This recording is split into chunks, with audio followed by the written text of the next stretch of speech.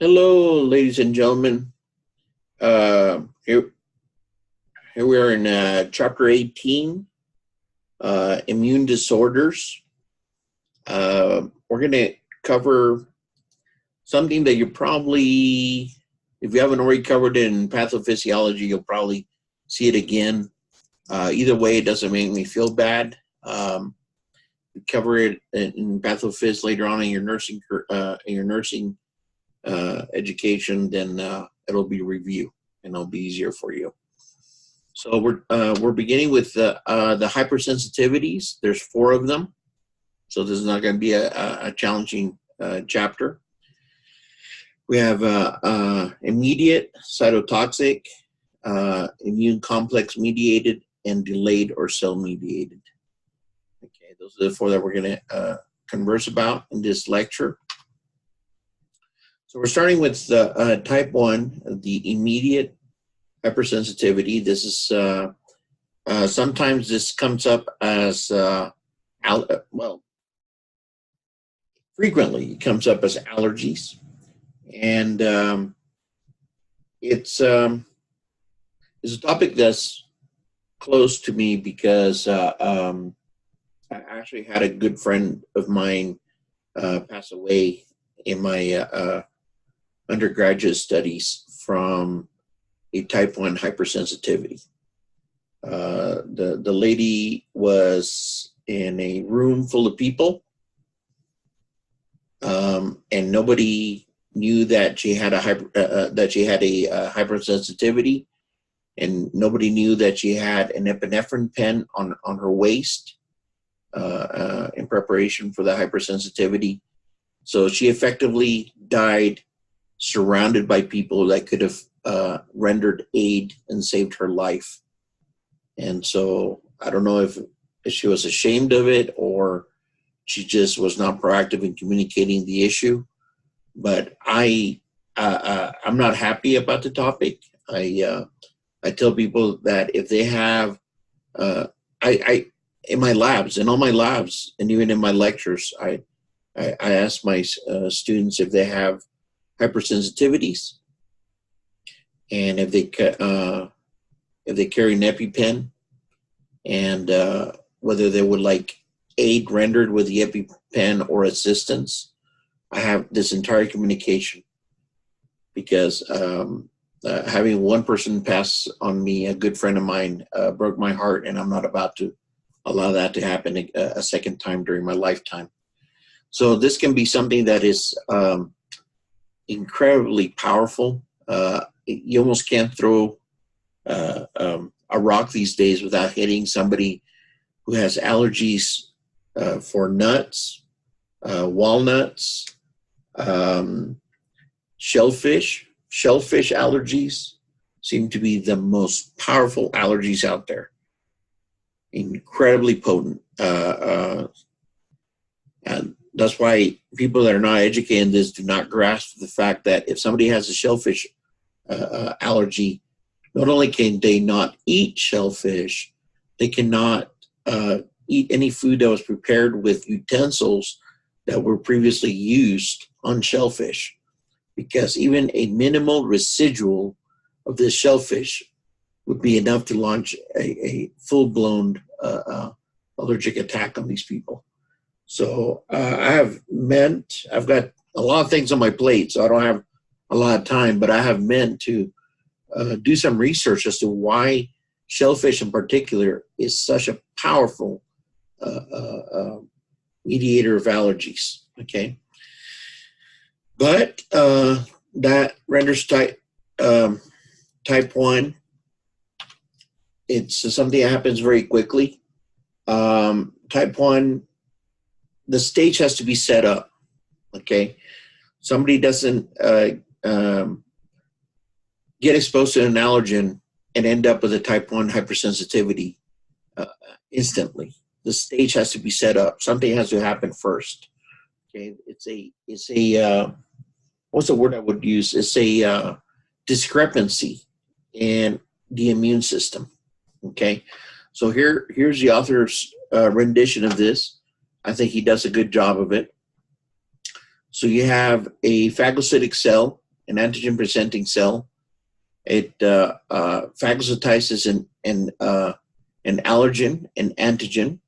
It carries out antigen presentation. There it is, carrying out antigen presentation. Okay. The problem occurs not with the T cells, it occurs with the B cells. Okay. So here's a type 2 helper, T cell being activated.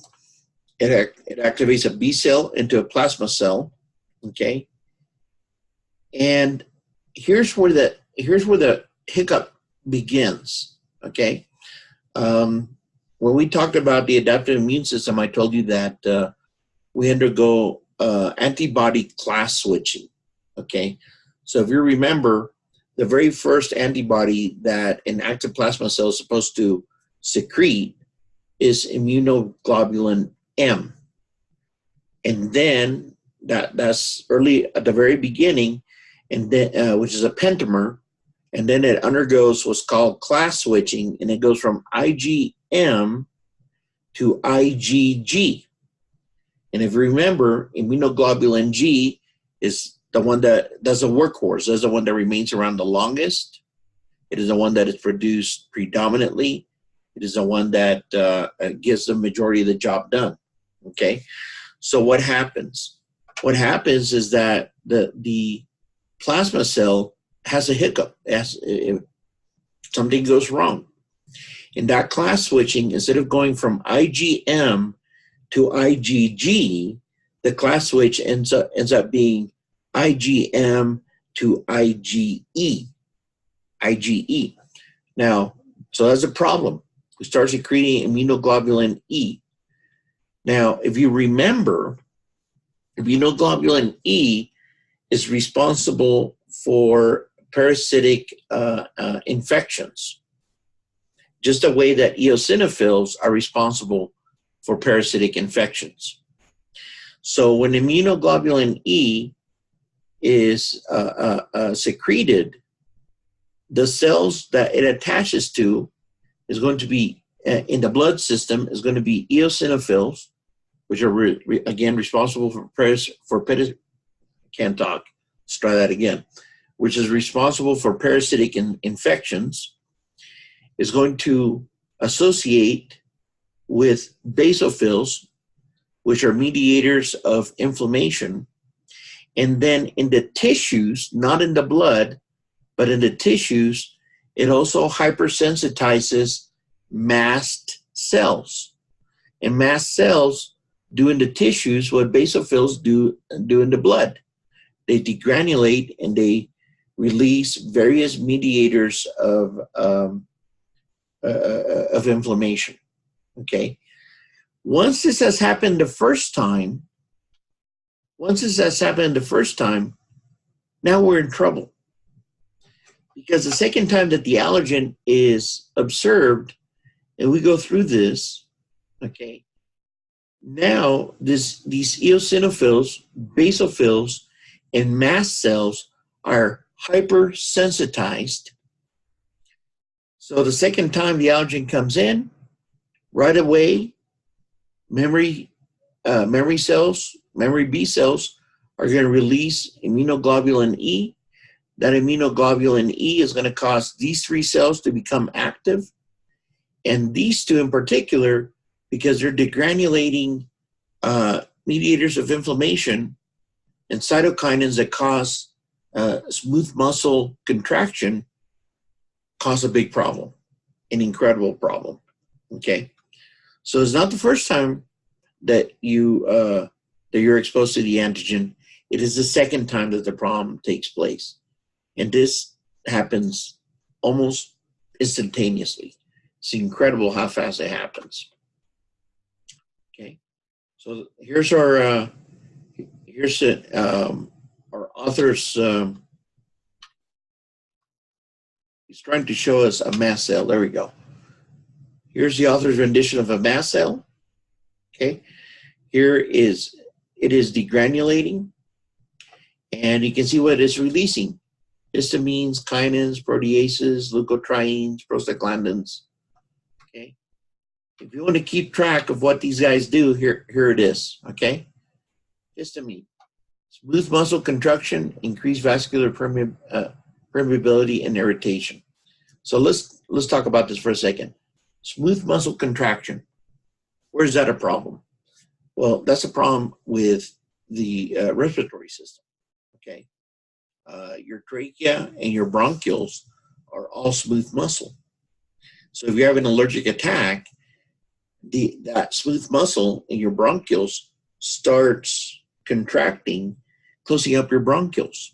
That's why people have difficulty breathing during this allergic attack. And that actually is a big problem that can be an immediate medical emergency. Okay, so smooth muscle contraction.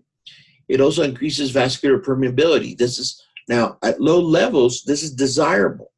Okay, the whole purpose of increasing vascular permeability is so that if you have an infection, the resources in the blood can traverse vessels and reach the site of infection. That's the purpose for increasing vascular permeability. But typically, that happens in a local area. It's typically localized, and it's typically for a small amount of time.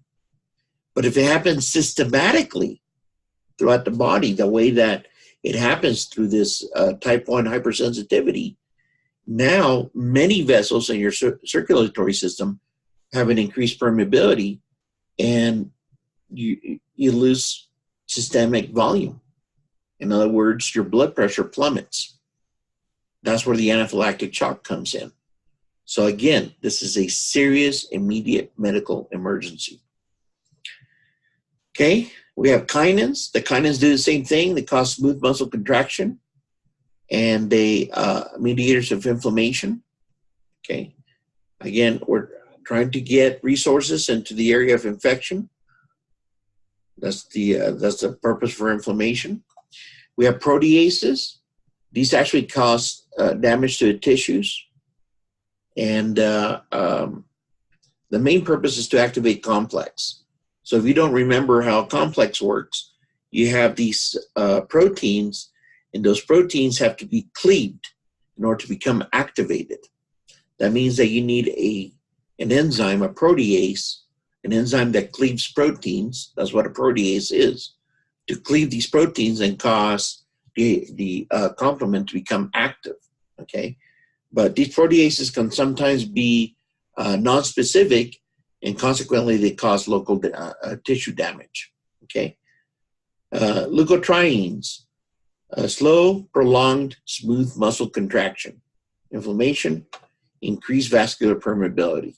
So again, this is playing second fiddle to what these histamines and kinins have already started.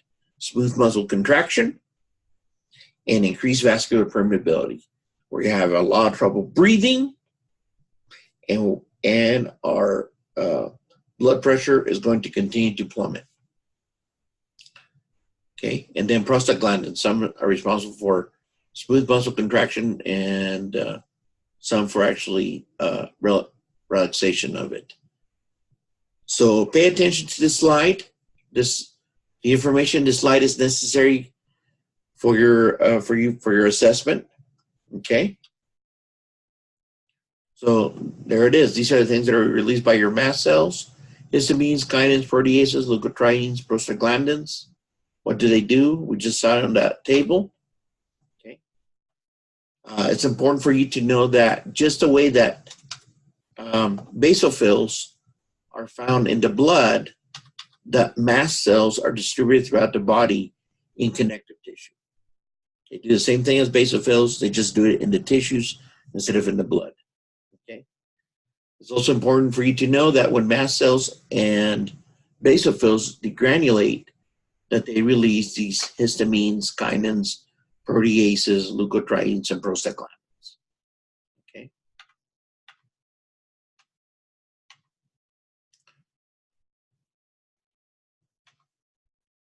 Okay. Epinephrine neutralizes the mechanisms of anaphylaxis. It relaxes smooth muscle that causes the bronchioles to open back up. I can just imagine that that's feeling like getting life back into the body, reduces vascular permeability. This person is probably going to begin, they're probably not going to gain consciousness, but this is a lot of stress on the body. So a person is probably going to remain unconscious, but you would still be able to know that the epinephrine is functioning, because you can take their heartbeat, their carotid heartbeat, and you can tell that it's increased significantly. Or you can take their blood pressure. So severe asthma, again, what is this? This is smooth muscle contraction or anaphylactic shock, increased vascular permeability. Those two items have to be arrested by epinephrine. Okay, now we're moving to type 2. We're halfway there. So type 2 is cytotoxic hypersensitivity, and this deals typically with mismatched blood. So effectively, if you don't have the antigen in your red blood cells, then your body will have the antibody. And if you get the wrong type of blood, the presence of that antigen will cause problems with your own antibodies, okay? So this occurs if a transfusion is mismatched and the recipient has previously been exposed to the foreign blood groups. So this happens just like a type 1, guys. The hypersensitivity has to be set up first. So the person has to previously been exposed to the foreign blood group. And then once that happens, the second time that person is exposed to those antigens, then the cytotoxic hypersensitivity, which lyses red blood cells, takes place. Okay. Something that's interesting, a lot of people go, well, I don't recollect ever being exposed to that type of blood. And yet, there's a hypersensitivity. How does that take place? And the way that immunologists explain that is that in the myriad of antigens that we are exposed to on a daily basis, some of them are sufficiently close to those antigens that reside on red blood cells that our body effectively recognizes all those antigens that we don't have, even though we have not been exposed to those alternate red blood cells in regular life. So that's interesting. Okay. So here you have it. Okay. You have the antigens in your red blood cells, and your body makes antibodies against any antigen that is not present on your red blood cell. So when the wrong antigen gets incorporated into your system, those antibodies are going to lyse those red blood cells and is going to release hemoglobin into the system. Okay. So there's so many things going wrong at this point. Okay. First of all, what's happening here? This is polymerization, if you haven't noticed it yet. Polymerization. So that would be systematic polymerization of your red blood cells, of your erythrocytes. So imagine for a second that you get the wrong blood type into your system. Your blood would effectively turn into a solid. Pretty hard to pump a solid through your arteries and veins. So this is an incredible problem, okay? What else is going to happen? Well, when those erythrocytes are lysed and that hemoglobin gets released into the surrounding, that hemoglobin is going to put an incredible stress on the kidneys, okay? And the reason for that is because hemoglobin has iron, which is a heavy metal, and it does not play well with renal corpuscle at all. Okay, so if this happens and the outright solidification of the blood doesn't kill the recipient, they're probably going to end up losing kidney function. Very undesirable. Okay. The one thing that we're very careful about blood typing. I've been in the local hospital observing blood typing, and I gotta tell you, it's ridiculous how specific they are about the blood typing. They type you when you come in, and if you need blood, they'll type you right before you receive blood, in case somebody changed your band. I don't know, but the redundancy in blood typing takes place many, many times, which means that the mistakes of blood mismatch are rare, or should be rare. Okay, so why are we still talking about this? Well, here's one instance where we have a problem. Okay, and that has to do with DRH. So as your author says here, about 85% of us are Rh positive. Okay, so what happens?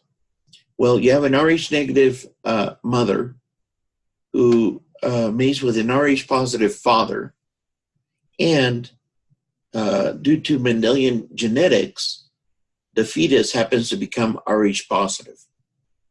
What happens? Well, hypothetically, the mother can launch an autoimmune response against all the red blood cells that are Rh positive. Okay. Now, since the placenta prevents mixing of the fetal and maternal blood, at least in theory, this should not be a problem while the mother is carrying the child. The problem takes place late on in the pregnancy, and definitely during childbirth, where the propensity for mixing of the fetal and maternal blood can increase. If that's the case, and the fetus's Rh positive blood goes into the mother's system, then she will launch an autoimmune response against that. And the second time that she has an Rh positive child, then that child could, at least in theory, end up with a hemolytic disease. A hemolytic disease implies that the mother has anti-Rh positive antibodies that can cross the placenta. It would break the infant's Rh positive erythrocytes. And if the infant doesn't come out dead, he or she would come out with extreme jaundice and extreme systematic problems, because the mother has been effectively trying to destroy his blood throughout the pregnancy. These are not desirable events, obviously. So how do we fix it? The way that we fix it is we inject, again, towards the later stage of pregnancy and during childbirth. The mother gets a shot of what's called RhoGAM. And RhoGAM is anti-RH immunoglobulins. So we are subduing the mother's adaptive immune response against the fetus's Rh positive erythrocytes. Okay? And again, this can reduce and sometimes eliminate this problem. So we're administering anti-RH immunoglobulin G late in pregnancy and during childbirth. Very important. Okay, type 3. So now this is immune complexes. Okay, what's an immune complex?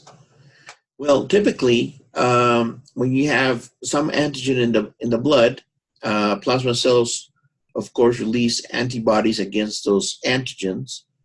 The antibodies and the antigens associate with each other, many times making polymers, agglutinations. Okay, and then these the agglutinized antibody antigens then attract phagocytes. They become phagocytized, and that's the end of the problem. Where do we go wrong? We go wrong because, interestingly, these antibody antigen complexes do not always get phagocytized. Okay, they remain hidden in the tissues. So what? Well, now these hidden complexes can activate complement. The complement can then attract neutrophils instead of phagocytes, and those neutrophils release enzymes. They degranulate, and they release enzymes that cause local problems. It breaks down the local tissues. Okay. Additionally, mediators of inflammation can be released, and you have a local induction of inflammation. Okay. What happens with type 3 hypersensitivity depends on two things: where it happens and how common it is. Some of these type 3 hypersensitivities are very localized, and consequently, you just kind of write it out, okay? But if it's systematic, it's a little bit more difficult to ignore. Also, it depends on whether the effect is generalized or acute, okay? So as you can see, what do we have? If these immune complexes occur in the lungs, then you can have hypersensitivity pneumonitis. That's inflammation in the lungs. You're going to feel it. That's going to be a problem. If it happens in the glomerulus, you're going to end up with glomerulonephritis.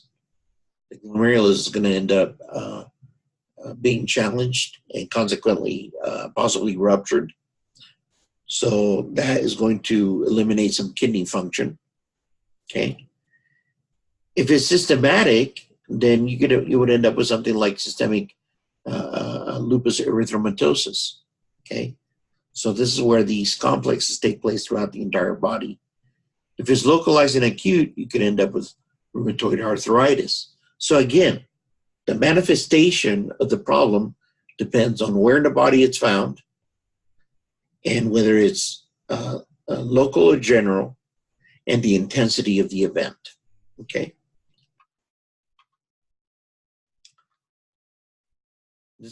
Your author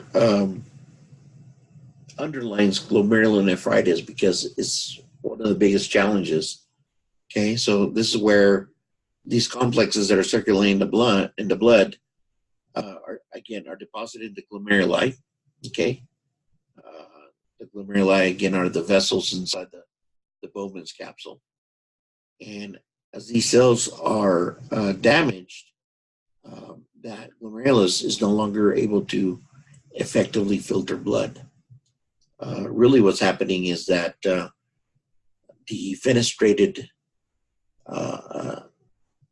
vessels become sinusoid, and it allows items that do not escape the glomerulus to come out. An easy way to test this, to assess this, is to check for protein in the urine. If you end up with albumin in the urine, then some level of glomerulonephritis has taken place, and this can lead to kidney failure, and in extreme cases, death. So obviously very important. There's an example of SLE, okay, systemic lupus. And now we're in the last one, type 4, or delayed or cell-mediated. This is interesting. I find type 4 very interesting, and that's because it's cell-mediated. What does that mean? That means that you end up with some substance, your adaptive immune response, your innate immune system has to be launched, the adaptive immune response has to be launched, cytotoxic T cells have to be produced. Those cytotoxic T cells are then supposed to attack the tissues with that substance, and then it manifests itself. Holy moly, there's a lot of stuff going on. So that's why the inflammation, that's why the manifestation of this takes so long, 12 to 24 hours after contact with the antigen, okay? And I like this statement right here.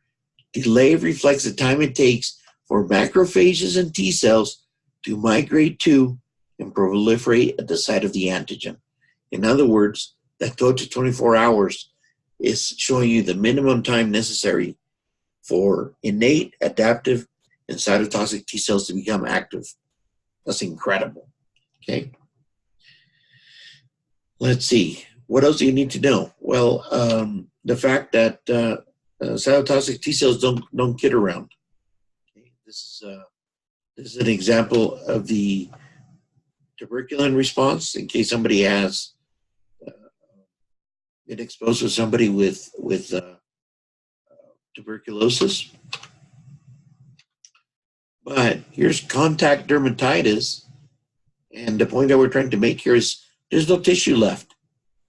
All of the tissue has been killed by these very, very active cytotoxic T cells. So that is one of the hallmarks of this delayed cell-mediated hypersensitivity. It's delayed 12 to 24 hours. That's key. That's important. Okay. This takes a lot. So 12 to 24 hours is cell-mediated. That means they need cytotoxic T cells. And then the last thing is that once those cytotoxic T cells attack the cells of the tissues, all the cells will disappear and you'll end up with no tissue, just residual liquid. Very incredible. Okay.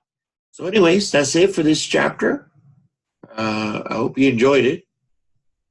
It's one of my favorites. I'll see you guys soon.